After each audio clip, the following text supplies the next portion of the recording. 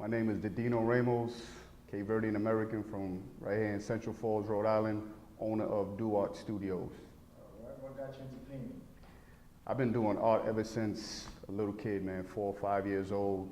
Went to college for graphic design because painting and drawing back then, it's still hard now to make a living out of it, but back then it was very, very hard. So I went to school to be a graphic designer, graduated, started doing some of that, and then moved back here to Rhode Island about 5 years ago.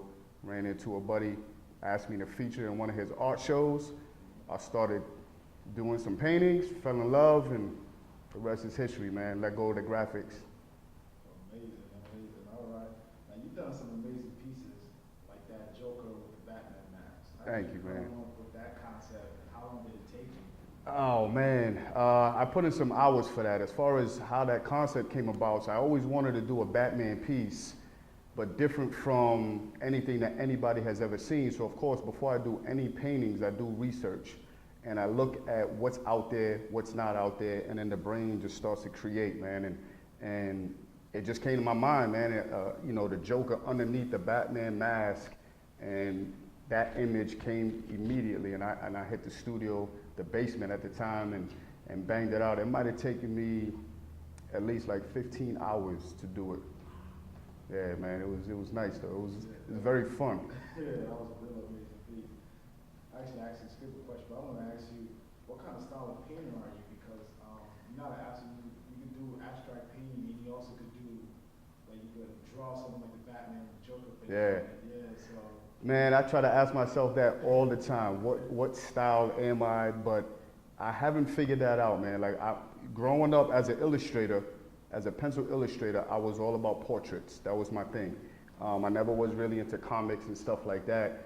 So portraits was my thing. But now with the painting, portraits still is my thing. Like the Wyclef piece that I did and the Batman piece, and I've done other projects for people with portraits, and that's the thing. But I like to experiment, right? So I like to do all types of stuff. I like to do landscaping, you know, real stuff, abstract, you name it, and I'm doing it. You know what I mean? So I don't know. I don't even have a style, to be honest with you. I try to ask myself that question all the time, but no answer to that, man. No style, no specific style.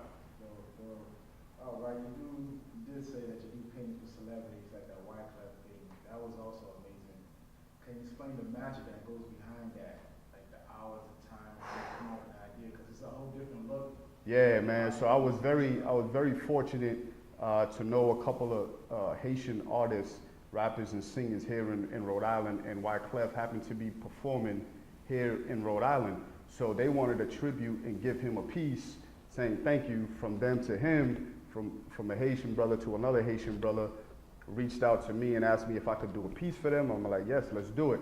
I said, give me the idea, let me know what you guys want me to do, and we'll go from there. They couldn't come up with anything, so I said, listen, let me come up with something, and I'll get back to you. So, of course, knowing who Wyclef is, very, very hard. His heart goes deep into Haiti. You know what I'm saying? He's always repping Haiti somehow, some way. So I was like, I'm a portrait painter, portrait illustrator. I said, I'm gonna do a portrait of him, but I'm gonna wrap the flag around his head. Now, that piece right there took me 21 hours. That is the longest piece that I as far as hours-wise, that's the piece that's taken me the longest so far. But I enjoyed every bit of it, man. It was fun, man. Has people been reaching out to you after you saw that piece, especially since you posted? Yeah, man. So I've been very fortunate. Reached out from a couple of other people to do other paintings and portraits and stuff like that. No celebrities yet to his caliber, but soon, man. You know, soon. Hopefully, one day it'll be a domino effect, man. You know, once you get one, they all gonna start coming. You know what I mean? So. All right. We'll pull the mic over to you a little bit more. All right. Next one is let's talk about the special Black History painting that you just designed. Why did you feel like it was important to create such a centerpiece? Yeah, man. So this piece right here, to this day, is the most powerful piece that I have created so far. I've always wanted to do a Black History design, a painting, T-shirt design. I've got a few T-shirt designs that I'm about to print out. But as far as the painting, this is the first painting that I've ever done. Now, how it all came about, I don't name none of my paintings. I leave the viewers, so my motto is I paint the picture, you tell the story. Because I feel like if I paint a picture and I put a label on it, I'm forcing the viewers to look at my painting off of my title, where it could mean something completely different to you, to the next person, to the next person. So I don't name nothing, none of my pieces, but this piece right here, I didn't name it, but the inspiration behind it and the message behind it. So basically, what it is this piece, this puzzle piece in the middle represents the missing information that weren't taught when I was in school and still isn't taught now to this day, of very important information in the Black history community, in the Black history period. Yes, everybody is taught about Martin Luther King, Malcolm X, Rosa Parks. We got everybody is taught about the same people, and that's what all of this around is. That's what that represents. Everything that's been taught to us to this day. But there's so much more that hasn't been taught and still isn't taught. And now history is getting pulled out of school, so it's never going to get taught. So how do we educate ourselves from that? We got the internet, and then now you have TV shows such as like the Steve Harvey show. At the end of his show, unfortunately only at Black History Month in February they do this, where they'll shout out a Black history icon that we don't really know of. So that's what that piece right there indicates. And so if I was to name this piece, it would be called Miseducated. And that's it. That's one of the t-shirts that's coming out. It's going to be just Miseducated. Oh, that's important. That's important right there. That's very powerful. That's very powerful. I didn't even think of that. But that's amazing.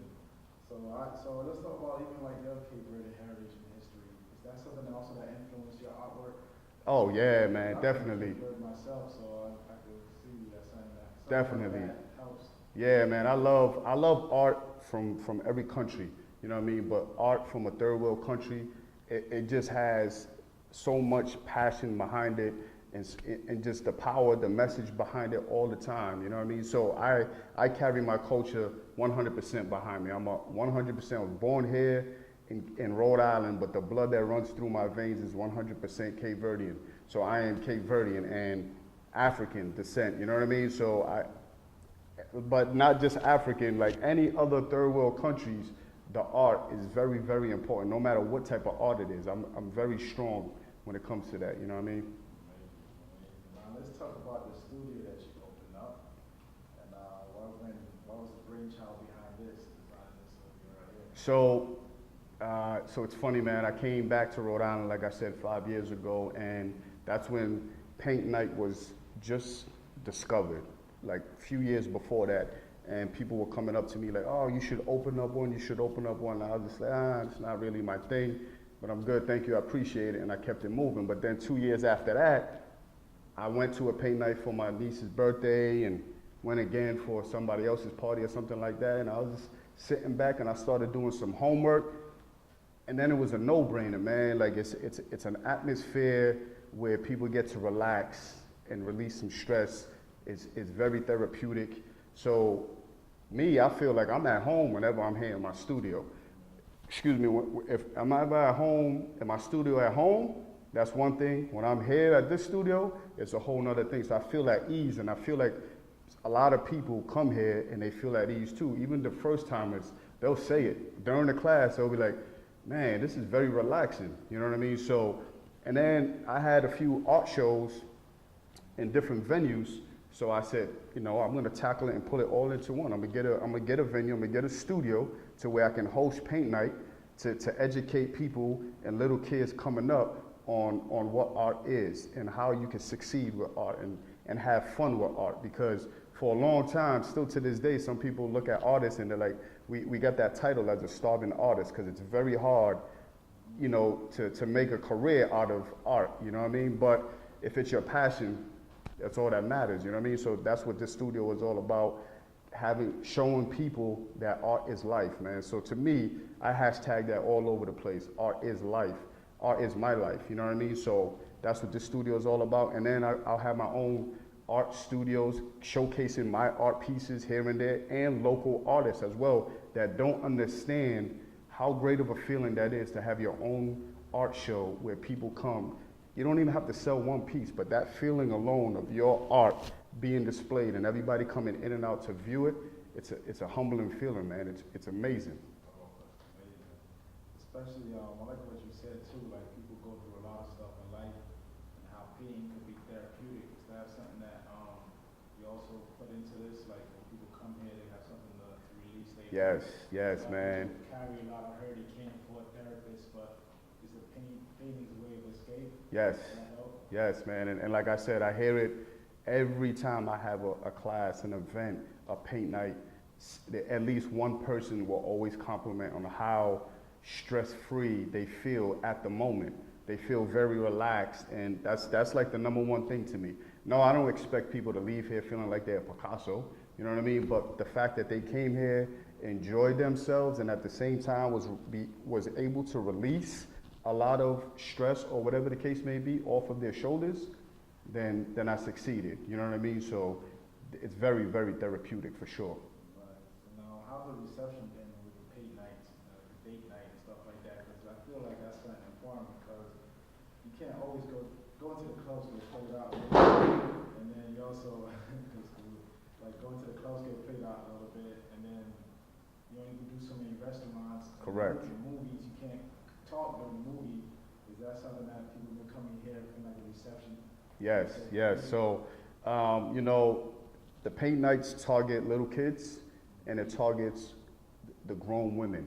You know what I mean? So the women that are done with the nightlife of going out to the clubs and stuff like that, but yet they still want to get up with their female friends or even with their husbands. So this right here is perfect for that. It's perfect for a night out, a date out, other than the nightlife, other than going to a lounge or a club. You come here, we have a full bar, so you can still hang out. We have great music playing at the same time while we're painting. So it's a whole nother atmosphere, and it's very relaxing, it's fun, and no complaints, man. Everybody enjoys it, and I've had several people come over and over. They'll come for a regular paint night, and then before you know it, at the end of the night, we're conversating, and they'll set up a private event for like their work group or girls' night out or whatever the case may be. You know what I mean? So it's definitely moving, definitely, man. Yeah, that's what I was about to ask you too about the groups.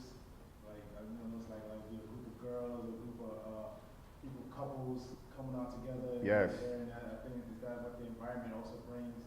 Definitely, man. Definitely. I mean, this right here, paint night, to me, definitely helps couples on a night out. You know what I mean? Because, you know, when you're a couple, where do you go? You go out to dinner, you go to the movies, and then that's really about it. You don't really go, you know, some couples are not into going other places like museums and shows and operas and stuff like that. But this right here, the wives and the girlfriends bring their husbands and boyfriends in here, and they actually have a good time. You know, no guys are gonna come in here and book a paint night just for themselves unless they're an artist. You know what I mean? But a regular guy is not gonna come in here.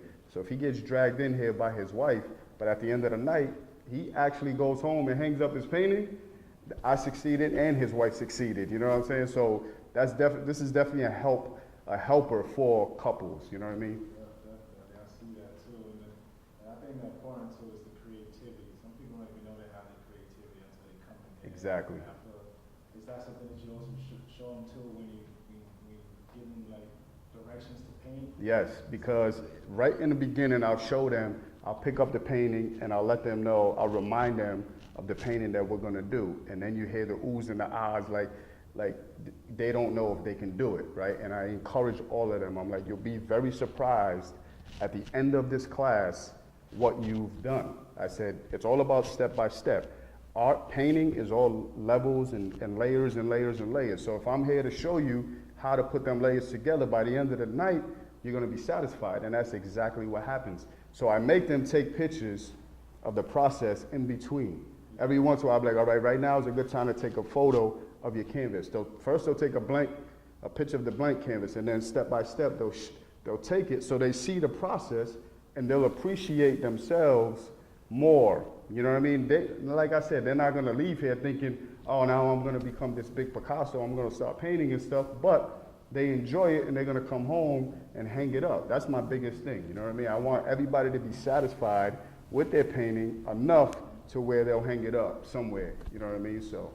All right, let's get into how to new fans out there, how can they contact you to host an event here?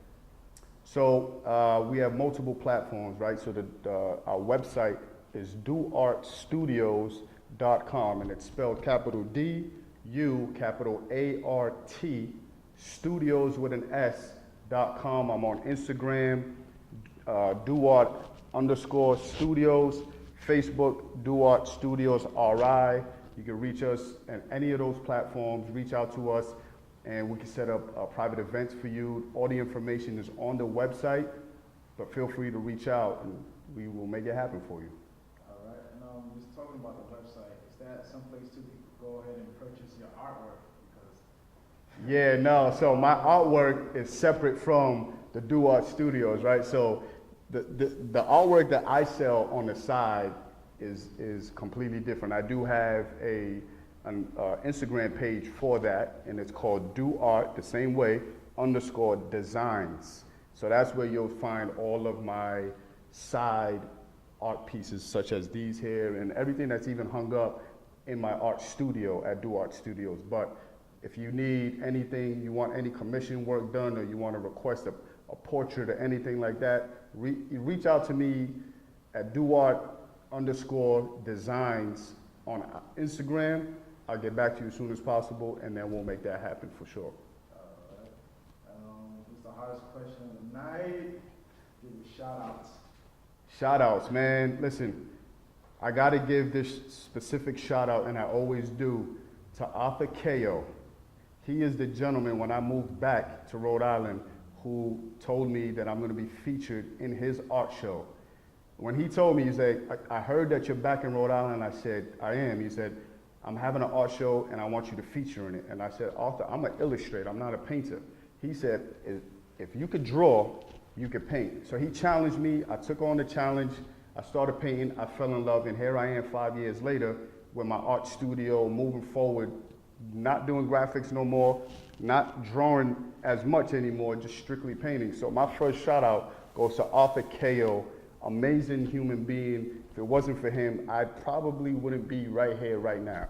You know what I mean? It'd take me a little longer. So I shout out to him, shout out to Hot and RI, shout out to Rhode Island, period, man. We gotta give love and support our local artists and local small businesses everywhere. Please, everybody, make sure after this interview, if you don't have the magazine, you definitely purchase this magazine, because there is tons of local artists that are not being recognized, and this is a beautiful platform for local artists such as myself to be recognized. So let's make it happen, man.